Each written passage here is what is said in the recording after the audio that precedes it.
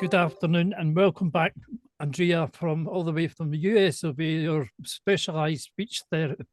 Let me get this right, speech pathologist, but in Britain you'd be classified as a speech therapist. Oh yeah, lots of names, lots of names, lots of hats. Yeah.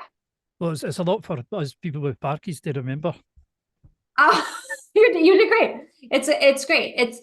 It's interesting because a lot of people don't understand, I guess, what speech pathology can do for those with Parkinson's. So I'm so happy to be here. Thank you for having me back. Not a problem. It's good to have someone here regular explaining these things for us Parky people, because we really need it. And congratulations to the bill getting passed, the Parkinson's bill to end Parkinson's. That's fantastic. I don't know if we have anything similar here, but I'll find out. But that was really good news. Yeah, I know. I mean, it's a different structure, right? Like overseas. But yeah, it was really exciting to be kind of a part of that process too. Very minorly, like, you know, with my specific area here, I spoke with his department. And so it was really lovely to be able to help the Michael J. Fox Foundation advocacy team in that short little meeting I had. But it was really lovely to hear that news. Yes. So everything is like Lego bricks. We need every single part, and if one part's missing, it doesn't work. So that's it was fun to see how it worked too, because I thought I didn't really know what to expect. But I just kind of shared my experience and how I see majority of people with Parkinson's, and their unique needs are very obvious to me, but not to everybody. And it was really great to get that passed. So it's the National Plan to End Parkinson's Act here in the United States. So let me get this right. Does that mean then that the government will be putting money into it, to the research? So the very first thing it says is that it doesn't require more money. It just requires a formal committee in a way. That's my interpretation of it. So we can move forward as, like, you know, a unit, instead of having every neurologist, every team, every wonderful provider kind of get a little bit more on the same page. It's challenging though, because everybody with Parkinson's is different. Although we do have trends, like 80% of people with Parkinson's will develop a dysphagia, which is trouble swallowing in their progression of their disease. So like there are trends, but we don't have like this is what you need to do across the board, across the United States. So it's putting a lot more focus on it. Hopefully there's some prevention, you know, discussions as well, and just kind of formalizing what it should look like to support people with Parkinson's across the lifespan, because we know it can start really early and start really late as well. So lots of different needs. Absolutely fantastic. I was chuffed a bit when I heard that. So moving on, we was discussing in the last episode that how somebody would get from noticing the speech problems or swallowing problems to see a pathologist, or in their case, a therapist, and we discussed that. So I think we can move on to the section where we discuss what happens when you get there. Yeah, exactly. So that was a few barriers or a few confusion points that people might experience to why they would go and like who would refer them. But at this point, we are saying you're sitting down in front of a specially trained speech pathologist, usually adult-focused speech pathologists, but you know, we have lots of hats that we wear. So I have training in both the speech therapy programs, the LSVT Loud. A lot of people know of the LSVT Big.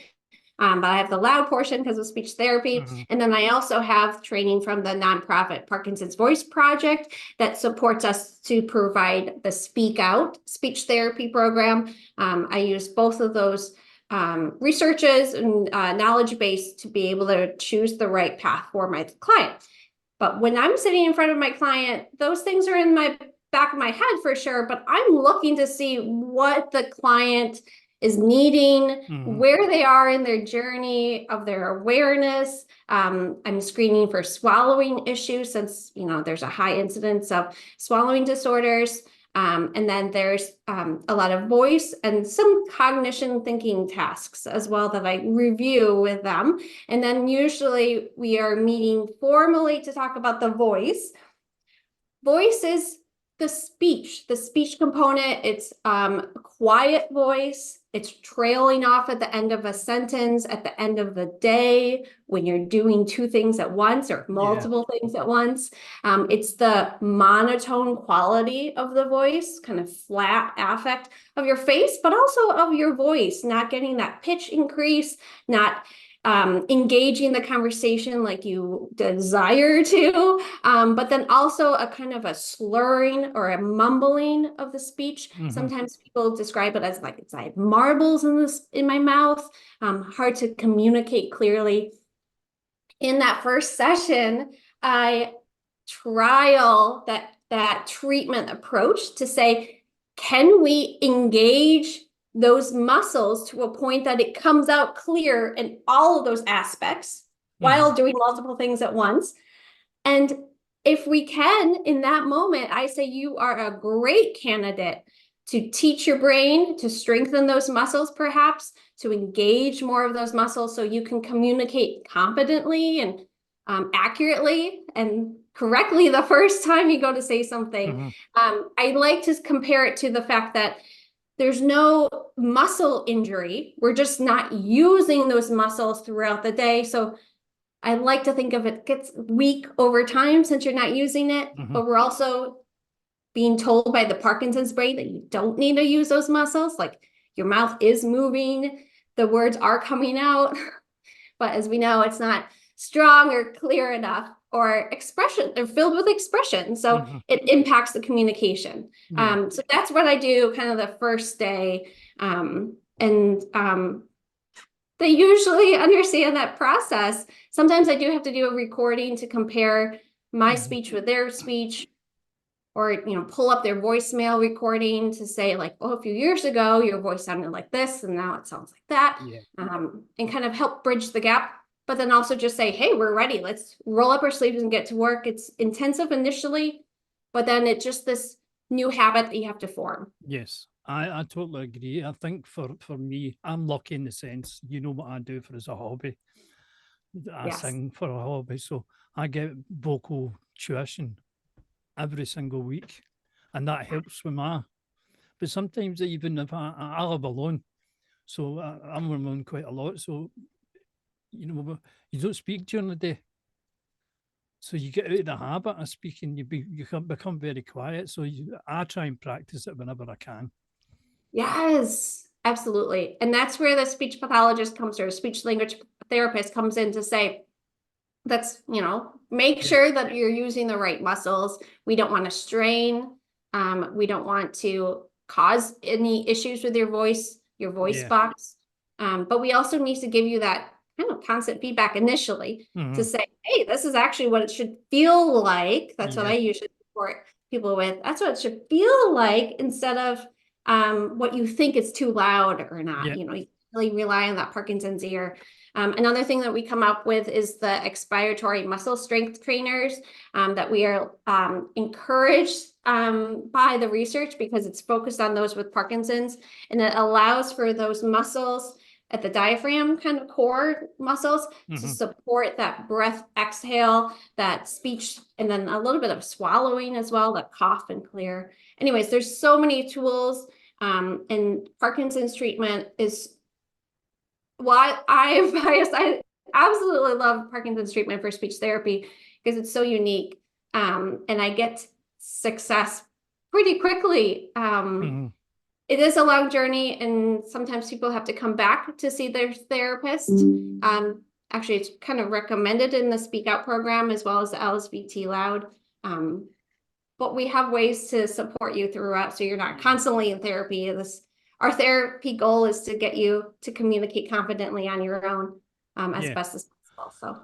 So to me, it sounds like you're giving us the tools to be able to exercise our vocal cords, to exercise our throats, to exercise how we speak, how we think we should speak, how we react, and take that into a longer period of time, because it's for the rest of our lives. Yes, And it's so impactful. I mean, imagine if you go to say something and someone has a blank face in response and doesn't continue the conversation, then you're less likely to communicate with them, or less likely to use that part of your brain. And we know that communication supports cognitive function as well, just solely. Yeah, communication is very important, and anybody with a cognitive issue, because you need to keep talking. It's as simple as that, and communicating and engaging with other people. Yes, you hit on the nail. Yeah, and it's challenging. We know we run into problems with, off days and off periods. Yeah. But we want you to get the tools and feel confident to be able to say, no, I need to speak louder, or you come to therapy, you say, I do have trouble in restaurants when it's loud and there's a lot going on. There's food in my mouth, and I'm trying to speak to someone across the table. Definitely some treatment approaches, but also tools, but also ways to support them to communicate strongly outside of those environments as well. And lots of brainstorming and creative work to support the client's communication in the best way possible. And so I love the fact that we get a chance to advocate for Parkinson's, and that this is a great platform to do it on. It's absolutely fantastic. Well, we'll see you in a fortnight. Yeah, thank you so much for having me back It was good to talk. It was good to talk, and we'll talk more in the next episode. I look forward to it. Thanks, Thomas.